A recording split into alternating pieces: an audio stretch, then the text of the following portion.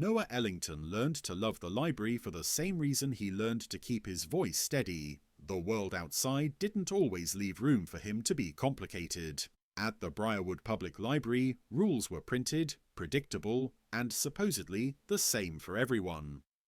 Noah liked that. He liked the hush of turning pages, the soft click of keyboards in the computer row, the way nobody stared if you kept your head down and did your work. He was a black 17-year-old with a scholarship application due in 2 weeks and a calculus grade that was one bad quiz away from slipping. Home was loud. His little sister practicing dance routines in the living room, his mom working late, his uncle crashing on the couch again. Noah didn't resent them. He just needed quiet, and quiet was expensive. So after school, he went to the library. He wasn't alone. A group of students always gathered there, backpacks on the floor, energy drinks in hand, laughing a little too loudly until the librarian shushed them. Most of them were white kids from the magnet program, kids whose parents paid for tutors and whose stress came with a safety net. Noah didn't judge them. He just didn't blend with them either.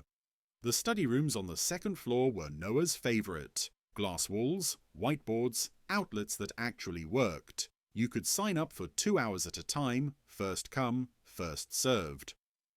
Noah climbed the stairs, headed toward the front desk where the study room clipboard lived. Behind the desk sat Elaine Whitcomb, the librarian on duty, white, late 50s, silver hair cut neatly, cardigan buttoned high. She had the kind of polite smile that never reached her eyes.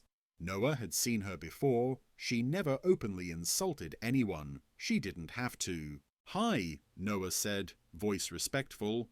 "Can I sign up for Study Room C for 2 hours?" Elaine didn't look up immediately. She typed something slowly, then glanced at Noah over the top of her glasses. "Library card?" she asked. Noah handed it over. Elaine took it, examined it a little longer than necessary, then tapped at her keyboard again. Her expression stayed neutral, but the pause was loud. "You've used the rooms a lot lately," she said. Noah blinked. "Yeah," he said. "I've got college apps and finals." Elaine's mouth tightened slightly. "These rooms are for community use," she said. "I am the community," Noah replied, still calm. He regretted the sharpness immediately and softened his tone. "I mean, yes, that's why I'm here." Elaine slid the card back. "Room C is unavailable," she said. Noah glanced at the board behind her where room availability was displayed with magnetic tags. Room C's tag was sitting on open. He hesitated. "The sign says it's open," he said gently. Elaine didn't look at the board. "It's reserved," she said. Noah kept his voice quiet. "Reserved for who?" he asked. "The sheet is right here." Elaine's eyes narrowed. "Not everything is on the sheet," she said. "Some reservations are internal." Noah felt his stomach tighten. "Okay," he said carefully. "Then can I take room B?" Elaine shook her head. "Also unavailable." Noah looked again. Room B was also marked open. He swallowed. "Room A?" he asked. Elaine's lips pressed into a thin line, as if Noah were being deliberately difficult. "All the rooms are reserved," she said. Noah stood there, quiet, trying to choose the safest next sentence. Behind him, footsteps approached. 3 students laughing, white kids in varsity jackets, the familiar ease of people who expected doors to open when they pushed. One of them, a tall boy named Carter Wills, leaned on the counter. "Hey, Mrs. Whitcomb," Carter said cheerfully. "Can we get room C?" Elaine's face softened instantly, the polite smile becoming warm. "Of course, Carter," she said. 2 hours? "Yes, ma'am," Carter replied. Elaine reached for the clipboard, wrote their names, and slid a keycard across the counter like it was routine. Noah's throat tightened. He didn't speak. He watched the keycard move from Elaine's hand to Carter's hand like a quiet, clean theft. Nothing loud enough to be called discrimination, but sharp enough to cut. Carter glanced at Noah briefly, expression awkward, then turned away like he didn't want to be part of it. Noah kept his voice steady. "I thought you said room C was reserved," he said quietly. Elaine didn't look at him. "It opened up," she said. Timing matters. Noah stared. He wasn't angry in the way people expected anger to look. He was angry in the way people tried to punish, calm, controlled, forced inward. "Okay," Noah said. "Then I'll take the next opening." Elaine finally looked at him fully. Her eyes were cool. "You can use the public tables," she said. "The rooms are meant for groups." Noah's voice stayed even. "I've used them alone before," he said. "You've checked me in." Elaine's tone sharpened just slightly. "Policies evolve," she said. "We're trying to serve everyone." Noah nodded slowly, understanding the message. Everyone except you when it inconveniences me. He stepped away from the desk and walked toward the public tables with his backpack heavier than it had been a minute ago. The second floor had an open study area with long tables and shared outlets, but it was noisier. People whispered and snacked. A toddler in the corner kept dropping blocks. Noah tried to focus anyway, opened his laptop, and pulled up his scholarship essay. He typed 3 sentences and erased them. He couldn't settle. The unfairness sat on his chest like weight. After 15 minutes, Noah closed his laptop and went downstairs to the first floor, where the community bulletin board was, not because he wanted to complain to strangers, because he needed to see something real, something that told him whether he was imagining patterns that were actually there. Near the entrance, a brass plaque was mounted to the wall. Noah had passed it 100 times without reading it. Today, his eyes stopped. The Ellington Family Learning Wing, donated in honor of Dr. Lila Ellington. Noah's heart thudded. He stepped closer, reading it again. Ellington, his last name, his mother's maiden name, his grandmother's name, Dr. Lila Ellington, the woman his mom spoke about with quiet pride and quiet grief. A pediatrician who'd grown up in Briarwood and funded scholarships, who'd donated to the library because she believed knowledge should be free. Noah stared at the plaque until the letters blurred slightly. He remembered his mum telling him, years ago, that his grandmother had paid for rooms like this. Noah had assumed she meant metaphorically, supporting education. He hadn't understood she meant literally. Noah took out his phone and snapped a photo of the plaque. Then he opened the library website and searched the About Us page. There it was, buried in donor acknowledgements. Dr. Lila Ellington's contribution helped fund the study rooms and youth learning resources. Noah's hands were steady, but his chest felt tight. Upstairs, Elaine Whitcomb had just told him those rooms were for community use, like he was a guest asking for charity. Noah looked at his phone screen and felt the shape of a truth form. This wasn't just about a study room. This was about who people thought belonged in spaces built with his family's name. Noah didn't run back upstairs screaming. He didn't wave the plaque photo around. He did what he always did when the world tried to quietly push him out. He documented, stayed calm, and prepared to speak with precision. He walked back toward the desk, not with anger, but with clarity, because now he had something Elaine Whitcomb couldn't shrug away with timing. He had history, he had proof, and he was about to find out how the library wanted to treat the name it had proudly engraved on its wall.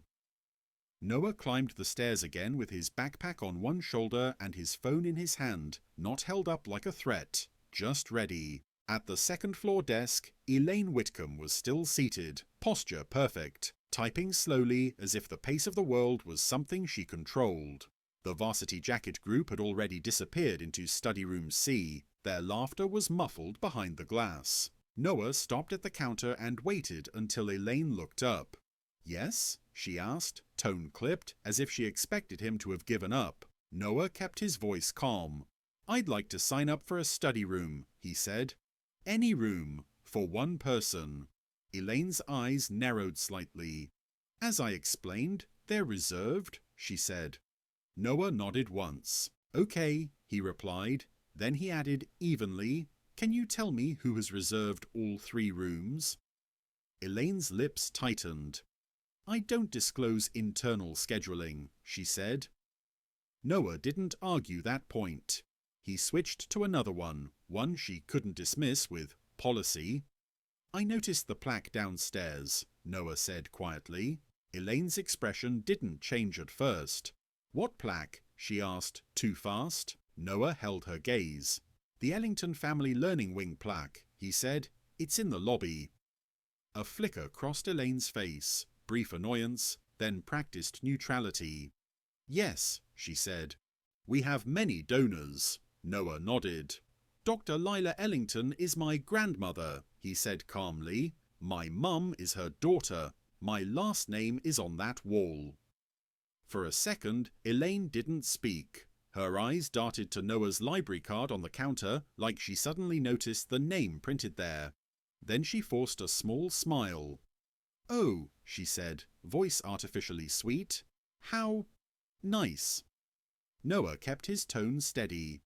"Those study rooms were funded by her donation," he said. "That's on the website. So I'm asking again, why am I being told rooms are reserved when other students are checked in right in front of me?" Elaine's jaw tightened. "Noah," she said, using his first name like familiarity could soften the situation. "We serve everyone, and these rooms are in high demand." "I understand," Noah replied. "That's why there's a sign-up sheet." Elaine's gaze hardened. "Are you accusing me of something?" she asked, voice low. Noah felt the old pressure rise, the instinct to shrink when an adult turned the question into a trap. He refused it. "I'm asking for equal access," he said. "And I'm asking for an explanation." Elaine leaned back slightly. "The rooms are intended for groups," she said again. Noah's voice didn't rise. "Then why did you check me in alone last week?" he asked. "At this same desk." Elaine's eyes flicked away. "Policies evolve," she repeated, sharper this time. Noah nodded slowly. "Okay," he said. "Then please show me where the policy is posted today, because it wasn't posted yesterday when I booked online." Elaine opened her mouth, then closed it. She glanced at the wall behind her.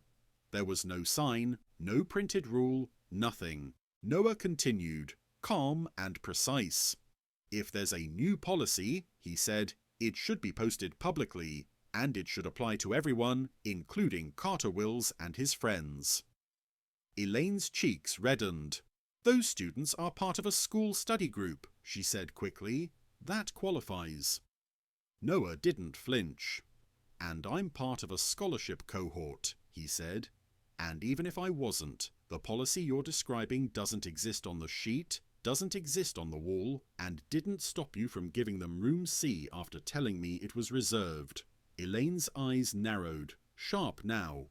"You need to stop," she said. "This is disruptive."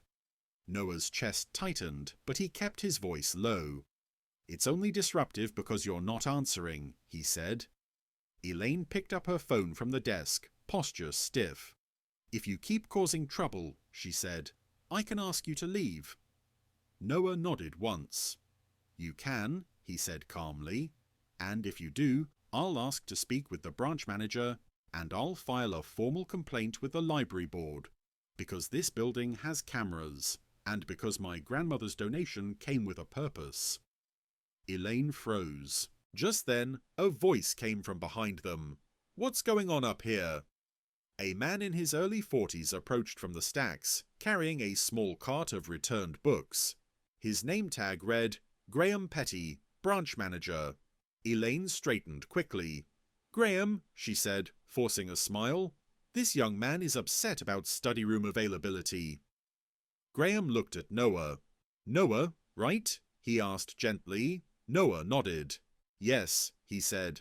"I'm being denied the study rooms while other students are given access. I asked for a reason and was told they're reserved and group only, but those rules aren't posted and aren't being applied equally." Graham's expression tightened slightly, not angry, just alert. "Elaine," he said, "are the rooms reserved?" Elaine hesitated. "They were," she said, "but a reservation changed." Graham glanced at the room board behind the desk. It still showed open slots. "Can I see today's schedule?" Graham asked. Elaine's fingers hovered over the keyboard. then moved reluctantly. She pulled up the reservation screen. Graham leaned in, eyes scanning. His expression changed in small increments, confusion, then concern. He looked up. "Elaine," he said quietly, "Room A and Room B have no reservations listed right now." Elaine's face tightened. "We keep some openings flexible," she said quickly, "for staff needs." Graham's tone stayed calm but firmer. "We don't block rooms without logging it," he said. "That creates inequity." Noah stood still, letting the manager do his job. He didn't want to win, he wanted fairness. Graham turned to Noah. "You're here to study?" he asked. "Yes," Noah said. "Scholarship apps. Finals." Graham nodded. "You can have room B for 2 hours," he said immediately. Then he looked at Elaine. "Check him in." Elaine's jaw clenched. "Fine," she said, typing stiffly. As she slid the keycard across the counter, Noah noticed something. She didn't look angry at being corrected. She looked angry at being observed. Graham glanced at Noah again. "And Noah," he added, voice softer, "thank you for bringing this to me calmly." Noah nodded. "I didn't want a scene," he said. "I just wanted the room." Graham's eyes flicked briefly toward the lobby stairs. "I saw the Ellington plaque downstairs," he said. "Doctor, Lila Ellington's gift is deeply appreciated, but even without that, you should have had equal access. Period." Noah swallowed, throat tight. "Thank you," he said. Graham turned back to Elaine. "Elaine," he said, "after this shift, I need you in my office, and we will be reviewing sign-up procedures and camera footage from today. Is that understood?" Elaine's face went pale. "Understood," she said tightly. Inside study room B, Noah finally had quiet. He spread his papers out, opened his laptop, and tried to let his breathing slow. Through the glass, he could see the hallway, the occasional passing patron, the distant movement of staff. He saw Graham speaking to another librarian, gesturing lightly toward the desk like he was giving instructions. Noah didn't feel triumphant. He felt tired, but he also felt something else, something steadier. He had stood up without yelling, without begging, without losing himself. An hour later, Noah took a break and walked downstairs to refill his water bottle. As he passed the plaque, he stopped again. He touched the edge of the brass lightly, not for drama, just to connect to the reality of it. His grandmother's name wasn't there to decorate the building, it was there to declare a belief. Knowledge belongs to everyone. That evening, Noah finished his scholarship essay in the study room and submitted it before the library closed. When he stepped outside into the cold air, his phone buzzed with an email from the library. It was from Graham Petty. Subject line: Follow-up, Study Room Access Concern. The message was short and direct. They were implementing a clearer posted policy for study rooms, staff would be retrained on equal access procedures, and Noah was invited to contact Graham directly if he experienced any barrier again. Noah stared at the email for a moment, then exhaled slowly. The happy ending wasn't that a plaque saved him. It was that the quiet barrier, denials delivered without explanation, had been exposed, and that the space his grandmother helped build had been pushed a little closer to what it was meant to be, a place where Noah didn't have to prove he belonged, because his name was already on the wall. And now, finally, the library acted like it.